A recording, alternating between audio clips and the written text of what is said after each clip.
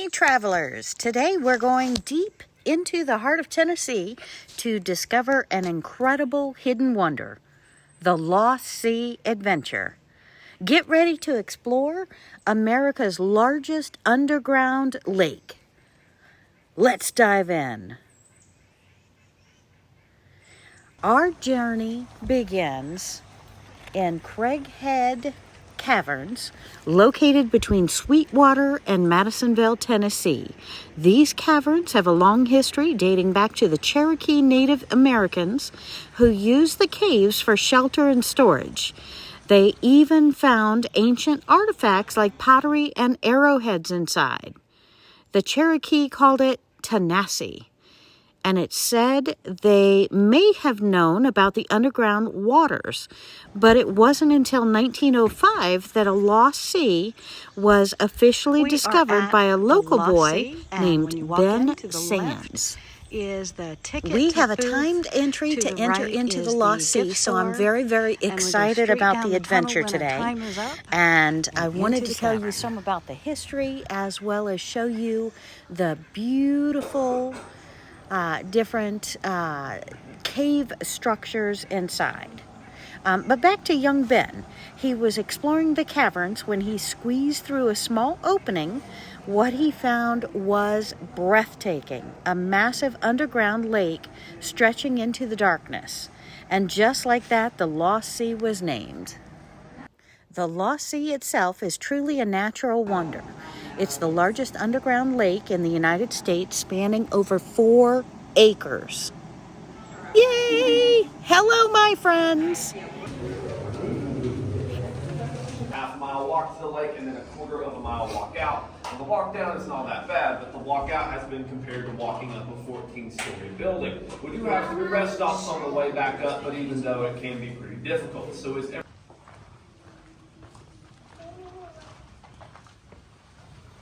Scientists believe there's much more to the cave and the underground caverns in the water than what we have seen or still to be explored.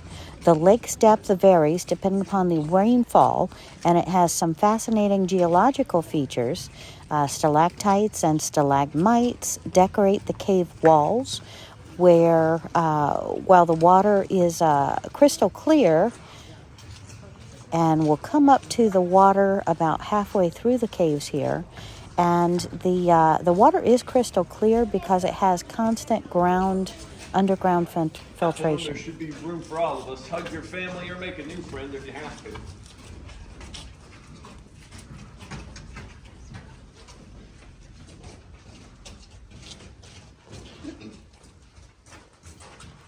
Alright y'all, all the pretty stuff up there is what we like to call the Cascades. Now the amber colored formations on the top, that's drapery. It's made of iron oxide, which means it's just really pretty rust. We here at the Lost Sea have a different name for it. We call it cave bacon, because when the light hits it right, it looks like a delicious piece of bacon. Right below that's a white waxy substance. That is flowstone, and it's made of calcium carbonate, which is also what makes up most other types of cave formations. And fun fact, it's the main ingredient in things like combs and rollades. Now guys,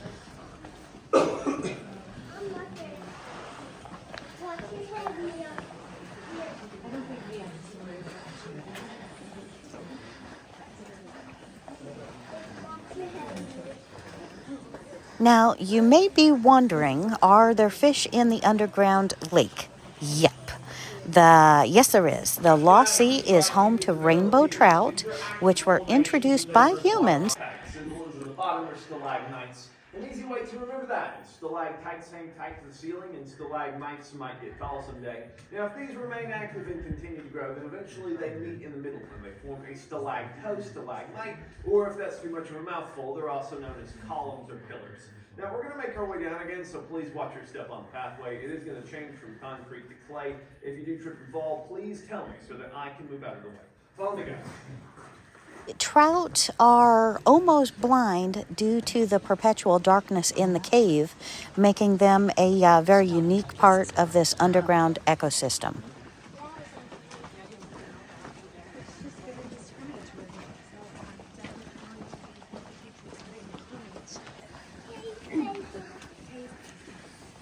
Guys, that room's blocked around is called the Council Chamber Room. All the way back in the 1820s, this cave was owned by a Cherokee chieftain named Chief Craighead, who acquired the land either through the high cave. And we also think they held tribal meetings in here. In fact, in 1927, a bunch of teenagers were down here exploring, and they found several Cherokee artifacts, like arrowheads, pottery, jewelry, and some of that's on display in the lobby. Now, if you look on the ceiling right there, you'll see some of the rarest cave formations in the world. Everybody say, Ooh. now, those are called amphidites. They get their name from the Greek word, anthos, which means flower. Now, we've got a lot of amphidites in this cave, and they make us a U.S. natural landmark. They seem to form outwardly through water evaporation, and they only grow about a centimeter every 1,000 years. Now, those amphidites aren't active anymore. You can tell because of their darker color, but you will get the opportunity to see some active ones once we move out from underneath.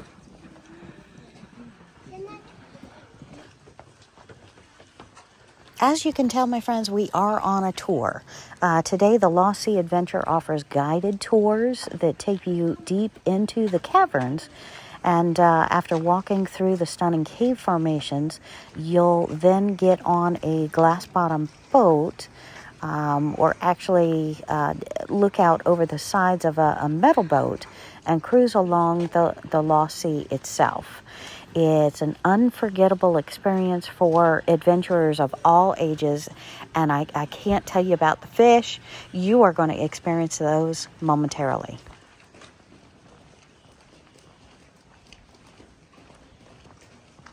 And I apologize about the darkness, my friends, but this is such an incredible experience.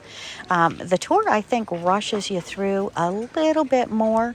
I'd like to eyeball and Google things a lot more, but it is a great trip. Highly recommend. And I can't wait to show you what comes next.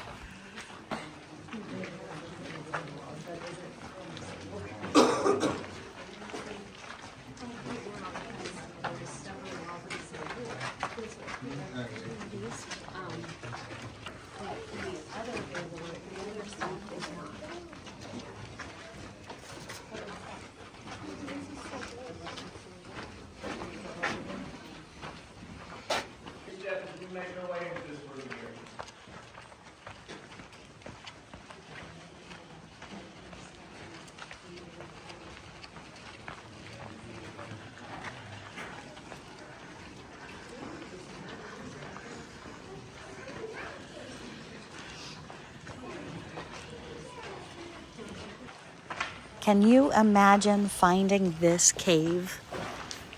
I'll bet you for centuries and centuries, this gave shelter to so many people.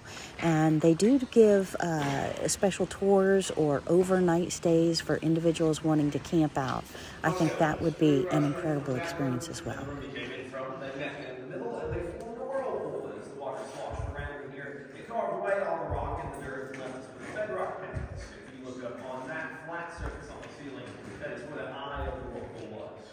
Now behind me here is the entrance to the big room, which is the second largest room in the cave that we can access, and that's also the location of the cave's natural entrance, which is 132 steps up at a 45-degree angle. Now we can't go in there, it's used exclusively for our wild tour, which is where you can actually camp out in our cave and explore some of its crawls, which are what those are.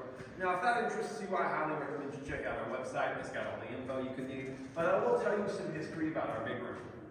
So first in 1940, a 90-foot pit was discovered in there. In it were the ancient remains of a 20,000-year-old Pleistocene jaguar. When the count was alive, we estimate he was 8 feet long and 500 pounds. We sent his bones to the Museum of Natural History in New York, and they sent us back a casting of his face and his paw print. And that's currently on display in the lobby. Now in 1947, the big room opened as a bar called the Cavern Tavern. It had 3 moonshine stills, 3 dance floors, and a live band on the weekend, but it wasn't really much of a success. You see, due to pressure, temperature, and humidity, it is really hard to get drunk in here. You can drink a lot of alcohol and never really feel it. People thought they were getting scammed with cheap moonshine, so they went storming up the natural entrance, but the higher they got, the higher they got. Eventually, the alcohol, thankfully, no disaster happened, so no supplies were ever needed. Most we threw away over the years, but some remain right down that way. Those are containers of saltine crackers, as well as barrels of water. Now guys, last thing I want to show you in this room is total natural darkness. Do need your help for this part though. If you guys have any.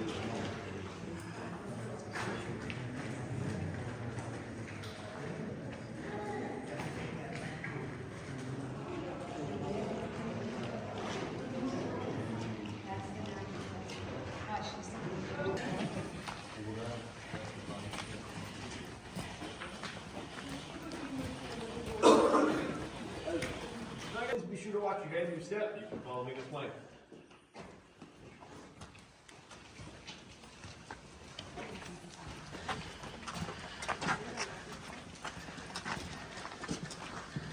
Get this, my friends. Geologists are still exploring this cave network.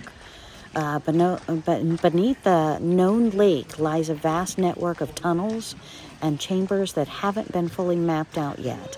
Divers have gone in, but have come out unable to fully navigate and map the place out. So, absolutely incredible. It's like something out of an adventure movie. We've only scratched the surface of what might be hidden below. Crazy.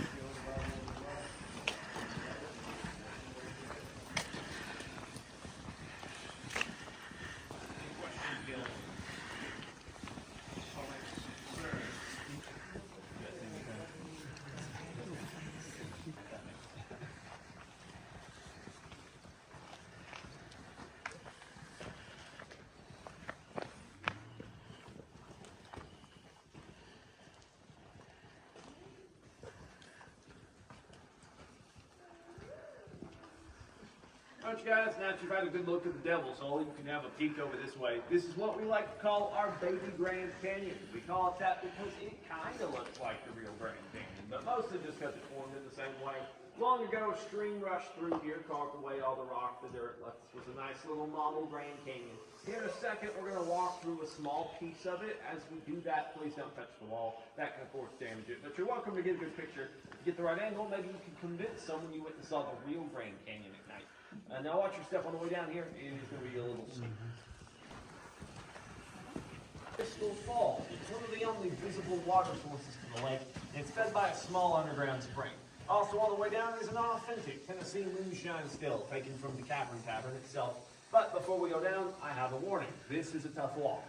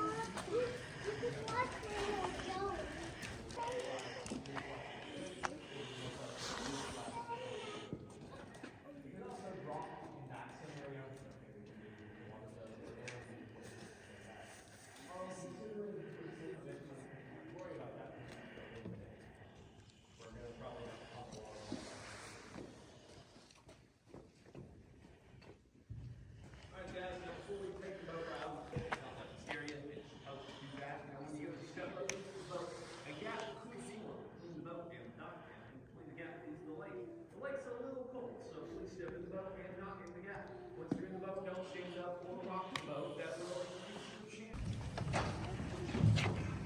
We've all just stepped onto the boats now, and we're going to push out and go into the middle of the lake.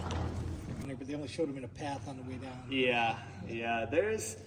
They'll get you sometimes, you know. And I mean, they weren't supposed to say that, but they did anyway, and it worked. We still have a lot of people come and believe those myths and those rumors, and we do our best to kind of correct them. All right, another one they said that the wall and ceiling in this area is clay. Is that true? There is a slight layer of clay on some of the walls, but I wouldn't necessarily say the wall is clay. It is limestone. But there are little, I could say, patches of clay along the walls. Okay. So the original intention was that and we hoped for the best, and the best never came. The experiment failed, the fish never left, but we had grown pretty attached. We liked having the fish in here, and people like to see them just as much. So we just decided to keep putting them in here. We do have to keep putting them in here. Rainbow trout are a river fish, which means they need a strong current as well as a rocky bottom to reproduce, lay their eggs. They don't get that in here, so the trout cannot reproduce in this environment. What about some carp just all down here? You know, that would be interesting. They might be able to reproduce in here, but we actually prefer a fish that can't reproduce. That way we don't have to continuously control the population. Now guys, I'm sure you're wondering how big the lake is. So this is North America's largest underground lake. It's also the biggest room we can get into in the cave. It is 800 feet long, 220 feet wide, and 65 feet tall from the surface of the water to the highest point on the ceiling. Now the depth of the water here at the dock is about 10 to 15 feet, there at the dock it's about 10 to 15 feet. In the center it is 30 to 40 feet, and at the very back at its deepest it is 65 to 70 feet. The lake's 4.5 acres in total. Now the water is 98% pure, 2% mineral. Those minerals are calcium and magnesium, and it's 56 degrees all year round. It has a bluish green color, which is caused by the limestone dissolving off the walls, and it's incredibly clear. You can actually see 10 to 20 feet down at any given point. We're one of the clearest bodies of water in the world. Now the water level in here is not constant. It can rise and it can fall. We're part of the water table for the region. If there's heavy rain, it goes up. If there's no rain, it goes down. Now in the event of a flood, we will pump water out of here to keep it from getting too high, but if there's a drought of any kind, then there's nothing we can really do about it. We just have to wait for the water to come back on its own. For example, in 2007, we lost 30 feet of water in the span of just a few months.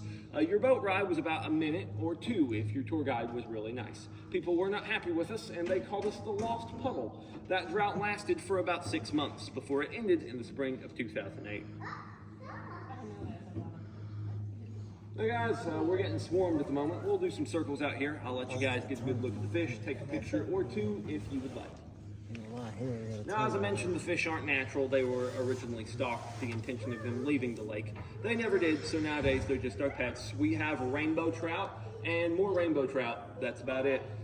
Now, there's a lot of myths about the trout, most of which have been spread by tour guides the past years. The big ones are that they're blind and that they're albino, and they're neither of those things.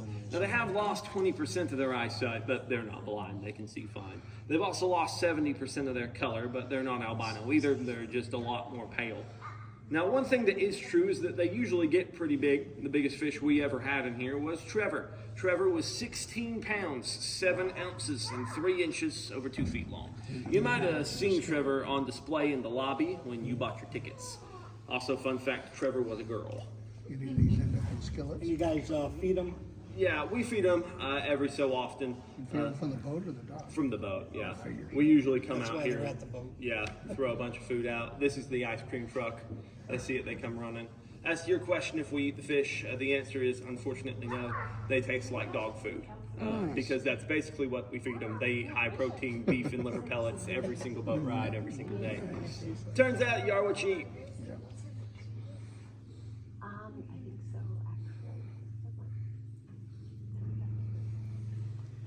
think so, actually. Those are roots up there, right? Roots, afraid not, no. No, what is it? Just little like lines along the rock Oh, there, okay, water yeah. lines, yeah. Yeah, they're water You can see roots in the cave, but only up in our big room closer to the natural entrance of the cave Gotcha. itself.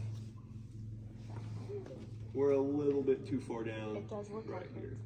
That's cool. You can see a lot of cool stuff, like a lot of like the white splotches on the ceiling remind me of like. We got over 300 trout in here at the moment. We usually restock every 3 to 5 years, which is also just about how long they live. That's pretty good for a trout. Trout up top, you maybe live about 2-3 years. So ours live about a full, if not extended life. We think that's because of a lack of stress, which is no surprise. All they do is eat all day.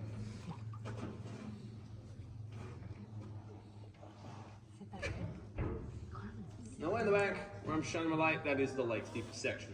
It's about 65 to 70 feet. We can't quite go all the way to the end because the ceiling's way too low and we just bump our heads and get the boat stuck. So we'll do about one more spin, then we'll leave the fishies behind. You can wave goodbye. Oh yeah, nice, okay.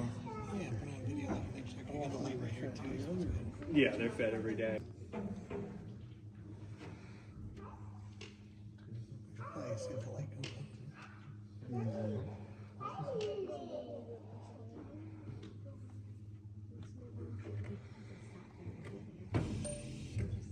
Alright guys, you can wave goodbye to the fishies. If one jumps in the boat, you are not allowed to keep it. I'm sorry. I don't make the rules. Yeah,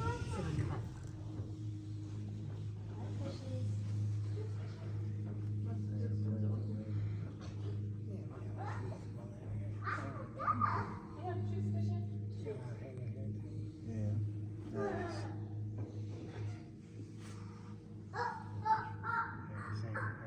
She watch her. She knows exactly what she's doing. See how nice it is? Yeah. And her phone. I gotta start playing my video mode so I know what I'm doing next time. Doesn't scare you. This happened 2,000 years ago. We know because of some of that stuff right there. That's drapery. That's some of that cave bacon you saw at the start before. Now, it doesn't grow between rocks. It only grows on clean slates. So we broke a piece of this stuff off, had it isotope dated.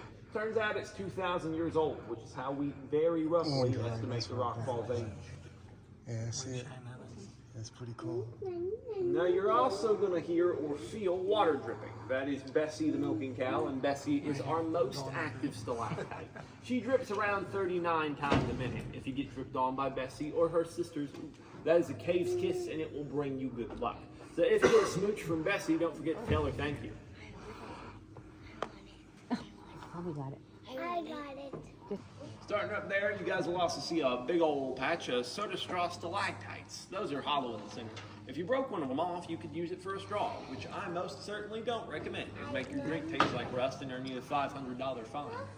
Not worth it.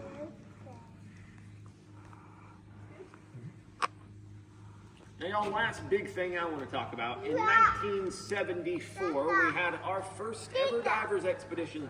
Their goal was simple, map and explore the lake, but they made big discoveries. Underneath the water, the divers found multiple underwater tunnels. They swam through them and ended up in different underwater rooms. They swam around to these rooms, tried to map them out, but they ran into a lot of problems. Their presence in those chambers would cause their pressures to shift, and that would lead to rocks and sediment falling from the ceiling and the water to become like chocolate milk. After several attempts, the divers realized it was much too unsafe to keep exploring, and so they called it quits. But they do believe that those other passages could contain over 9 acres of water, meaning if we could fully map them, Lost Sea would probably turn out to be over 13 acres in total. All right, ready? Love the enthusiasm. All right, yeah, that's it. All right, guys, follow me up. We got...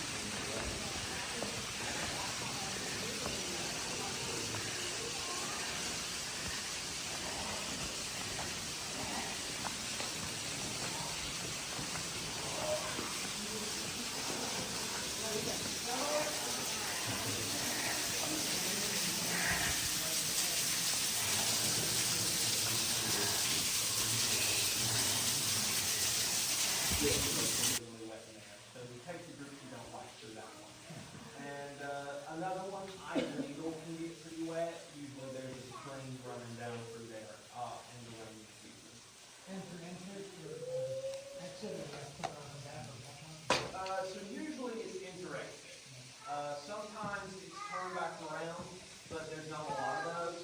The only one that comes to mind would be Misery. Misery, you have to turn back around and go back the same way. A couple of them do. That tunnel back there takes you to the amphitheater room. It's a big, open, circular room back in there with some very acoustics. And some of them will take you into some tighter rooms. some undeveloped sections. But for the most part, it just takes you to more tide areas.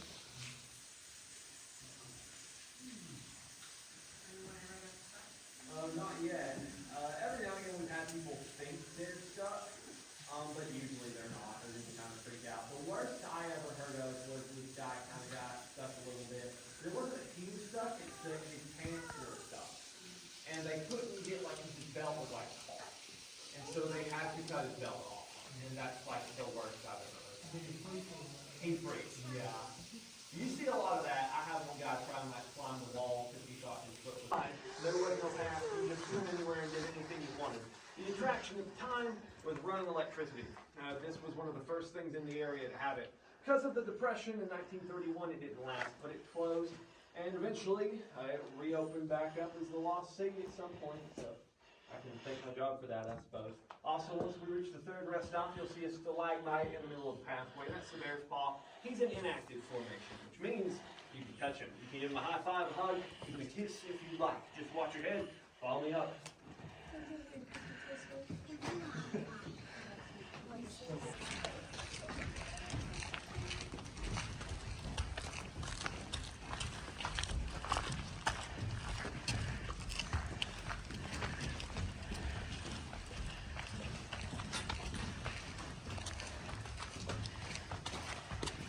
So, if you're ever in Tennessee, the Lossy Adventure is a must-see attraction.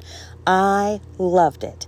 Whether you're fascinated by history, geology, or just want a very unique experience, this underground lake has something for everyone. Thanks for watching. I really appreciate y'all coming along with me on my journey, and please make sure you hit that subscribe button for more travel adventures. And we are going to admire the sights as we make our last steps out of the cave. And it has been incredible. I hope you love caves too. This is the place to go. Absolutely incredible.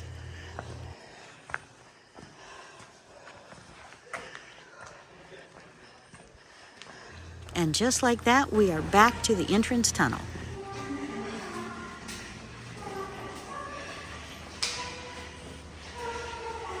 And as always, my friends, don't forget to hit the gift shop. You will not believe the largest underground lake, and you want a memory maker to take with you. And they've got lots of snacks and different goodies as well for your journey ahead.